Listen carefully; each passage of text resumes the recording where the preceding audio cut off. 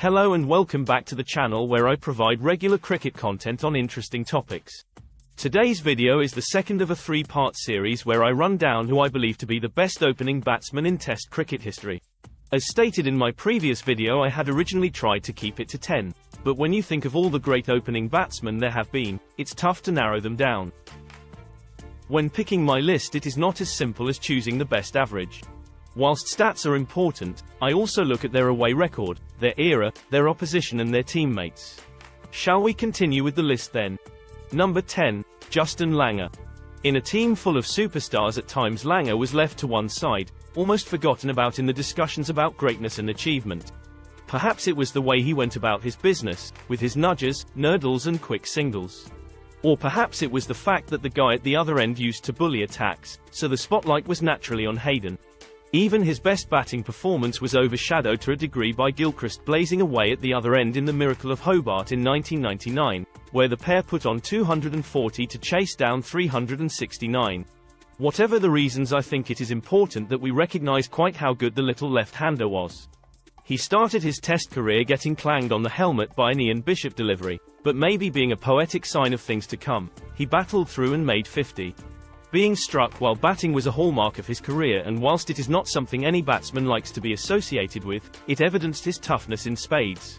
Langer was also a fine player of the swinging ball, leaving well and playing it late when he needed to. This was evidenced by his excellent records in both England and New Zealand. In his 105 Test matches he scored 23 hundreds and had an average of 45.2, and during a run at the start of the 2000s, Steve Waugh singled him out not as the best opener, but the best batsman in the world. High praise indeed, and along with his record, it is good enough for the Australian to make my top 10. Number 9. Desmond Haynes. It seems whatever best of list you can think of, there is some 70s and 80s Caribbean cricket always sprinkled in there. Haynes was of course part of that all-conquering team of the 80s, where he solidified his place at the top of the order with Gordon Greenidge. The pair would then go on to score more runs as an opening pair than anyone else before or since, such was their dominance.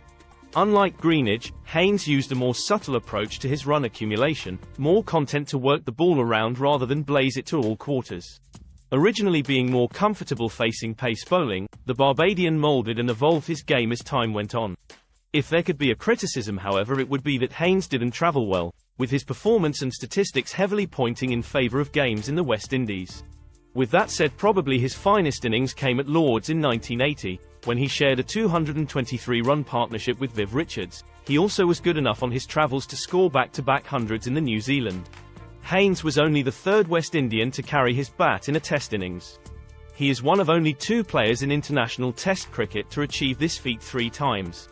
Whilst his career, perhaps when compared to his opening partner, isn't quite as impressive, he still averaged 42.3 and has been described by many publications as one of the greatest of all time.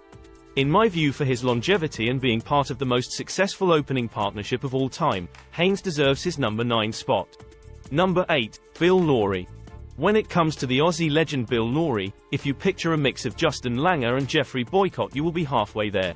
Even his most avid supporters couldn't claim that Laurie was fun to watch. He was a blocker at heart who would sap the wills of even the most determined bowlers. When he wasn't blocking, he was getting pinned by quick bowlers repeatedly, as he was by England quicks Fred Truman and Brian Statham during what was described as the Battle of the Ridge. That game in 1961 was given that moniker due to there being a prominent raised ridge in the middle of the wicket, causing the ball to pop and fly unpredictably. Despite taking numerous blows, Laurie was the only batsman able to deal with the fear and uncertainty, scoring 130 when the next highest innings of the game from either side was 66. His toughness would be his defining characteristic and was evidenced by him averaging nearly 70 against the fearsome West Indies bowling attack, including Wes Hall and Charlie Griffith with limited protection.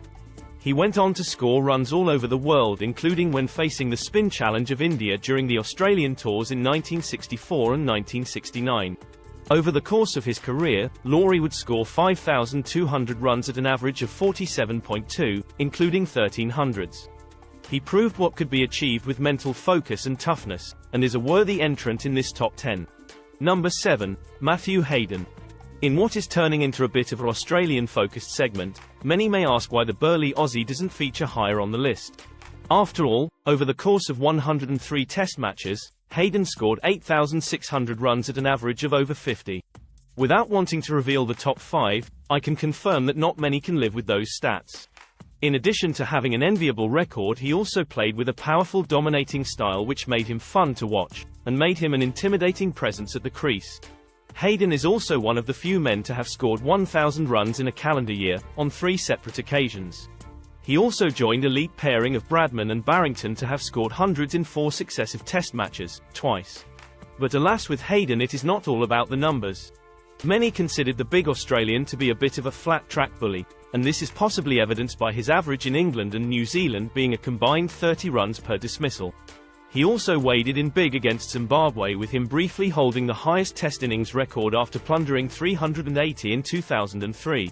I am not trying to take away from his achievements, as there are many. I am just trying to put his whole career into perspective with both the highs and lows. Overall, however, you cannot deny that the huge Australian made an impact on the sport, and any opener with 30 hundreds is a worthy entrant in this top 10. Number 6. Bob Simpson. No one on this channel can ever accuse me of being anti-Australian after having Simpson make up the 4th Aussie addition to this top 10. Perhaps it is a good indicator of the dominance that the baggy green has held over the game for extended periods. You may be glad to hear that Bob Simpson is the last Aussie of my top 10, however. A key figure in Australian cricket for more than 4 decades, as cricketer, captain, coach and commentator. Simpson actually started his career as a leg-spinning all-rounder. If you add that to the fact it took him 30 test matches to score his first 100, you may wonder what he is doing in my list. Well, I could start with how he went about breaking his 100 drought in style.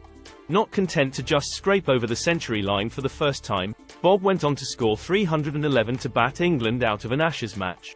From then on it was all guns blazing for the Aussie, with him chalking up a mammoth 1,400 runs in the calendar year of 1964, earning Bob a world record for his troubles which stood for 15 years.